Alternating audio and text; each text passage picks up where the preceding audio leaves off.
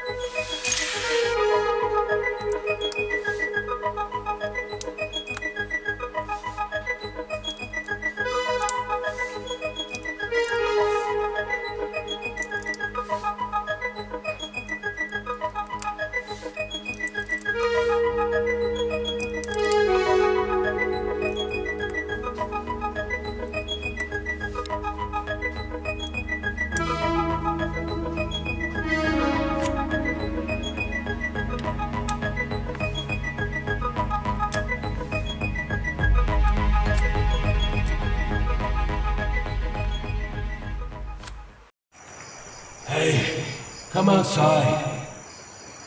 Help me!